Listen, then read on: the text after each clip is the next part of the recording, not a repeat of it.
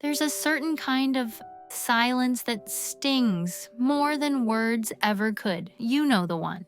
When he used to text you back in seconds and now your phone feels like a quiet room with no windows. You replay conversations in your mind, wondering, was I too much, too soft, too distant? You scroll through his messages like touching faded pages of a book that once made your heart flutter. It's not that he's gone, he's still there, but something feels missing, colder, lighter, almost like you're holding more of the weight now. And deep down, you're not just craving a reply, you're craving his energy back.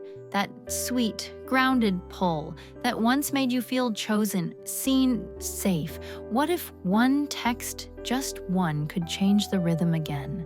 Not manipulate, not chase, but awaken the part of him that remembers you. Hey, love, I'm glad you're here again. This space, it's just for you, for your heart, for the quiet strength you carry, even on the days it trembles. Let's talk, not about games or tricks, but about truth. Because sometimes the right words are sent from a sacred place inside us, can ripple through someone's soul like warm sunlight after weeks of rain. I remember this moment. I was sitting in bed, blanket tucked under my chin, the phone glowing in the dark like a secret I couldn't keep. He hadn't texted me back in 2 days, and it wasn't just the delay, it was the way his energy had shifted. He felt like a visitor in a place where he once lived. So I opened our chat. My thumb is hovering, my chest is tight. But I didn't text to pull him closer. I texted to speak my heart without fear of loss. And I wrote this: Hey, no pressure to respond quickly. Just wanted you to know that thinking of you still feels soft inside me. Hope today's been kind to you. That was it. No questions, no demands, just presence, just me, staying connected to my own warmth, and something changed.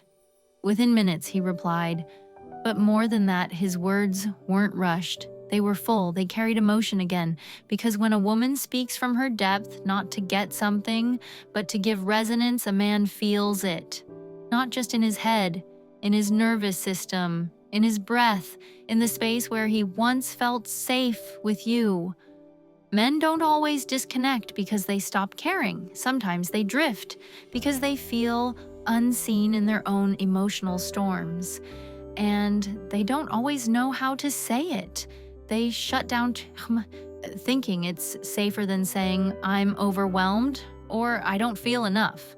But when you send a message that reflects stillness, not scarcity, compassion, not confusion, you invite him to step back into the emotional house you both once built together.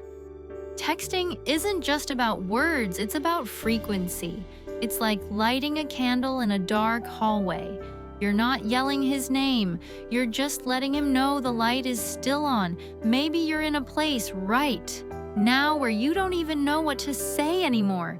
You've rewritten the text 10 times, deleted it, typed it again. Your mind says, don't look desperate. But your heart says, just be real. And I want you to know, being real doesn't mean pouring everything out. It means anchoring your voice in the softest parts of your truth. You can text something like, I hope something today made you smile.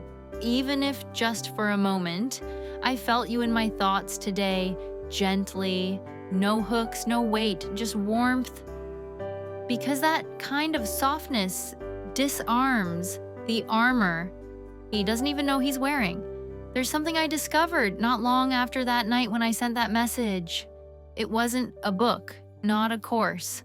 More like an understanding, almost like someone had quietly handed me the key to how his emotional world really worked. Why did he pull away? Why did words lose their meaning? And what actually reawakened his masculine presence? Without pressure or push. That key changed how I spoke, how I felt, and how I let myself be loved. And I'll be honest, I don't think I would have ever known it without being shown. If your heart feels called, I can gently leave that doorway open for you below, only if it feels like your moment. Sometimes the most powerful thing you can send isn't a perfectly crafted text. It's a mirror of your peace, your grounded, magnetic, soulful presence. The kind of message that says, I see you even when you can't see yourself in yours.